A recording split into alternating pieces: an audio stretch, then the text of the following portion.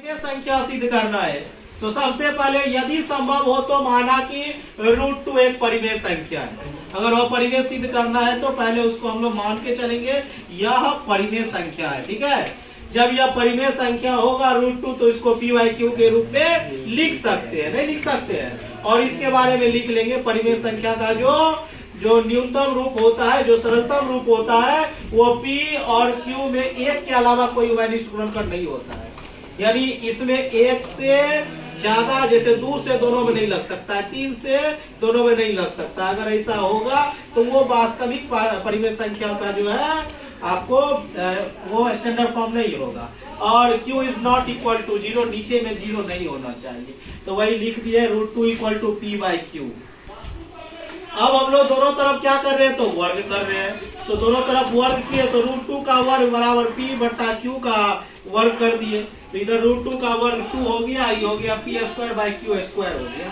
अब यहाँ पे हो गया 2q² इक्वल टू p²। जब इसको क्रॉस मल्टीप्लीकेशन किए तो 2q² इक्वल टू p² आया। ये 2 मल्टीप्लाई में था, आके डिवाइड में हो गया।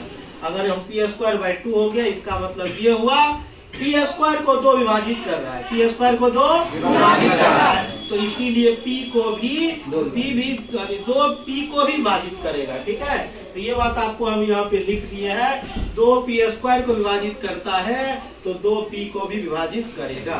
अब यहाँ पे फिर हम लोग एक चीज मानेंगे। अतः माना कि p इक्वल टू 2m। यदि आप √2 प्रूव कर रहे हैं तो 2m मानिए, 2n मानिए, कुछ भी मान सकते हैं mn के जगह पे।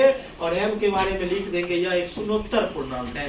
शून्योत्तर का मतलब होता है शून्य को छोड़ करके कोई भी चीज हो सकता है। अब दोनों तरफ वर्ग कर दिए तो p² इक्वल टू 2m का होल स्क्वायर। p² आ गया, 2 का 4 हो गया, m का स्क्वायर आ गया। ठीक है, तो यहाँ पे p² इक्वल टू 4m² आ गया। अब देखिए p² का वैल्यू आपको यहाँ मालूम है, p² का वैल्यू मालूम है 2q²। फिर यहाँ पे आके हम लोग क्या किए, p² के जगह पे आके रख दिए 2q² इक्वल टू 4m²।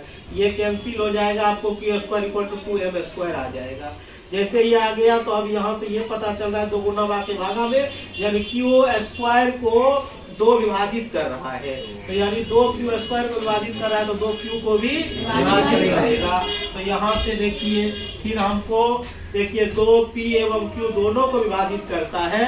अब देखिए 2 में p में और q में दोनों में 2 से विभाजित हो रहा है, अतः 2p एवं q का एक उभयनिष्ठ गुणनखंड होगा। ये देखिए फिर आप 2 से अगर दोनों में लग गया तो ये 2 भी उस दोनों का क्या होगा, उभयनिष्ठ गुणनखंड होगा। लेकिन इससे इस तथ्य का विरोधाभास होता है कि p एवं q में एक के अतिरिक्त कोई उभयनिष्ठ गुणनखंड नहीं है। अतः हमारी मान्यता क्या हुई, गलत हुई। √2 एक परिमेय संख्या नहीं है, तो ये √2 एक क्या हो जाएगा, परिमेय संख्या हो जाएगा। इस बात को आपको बेहतर से समझ लेना।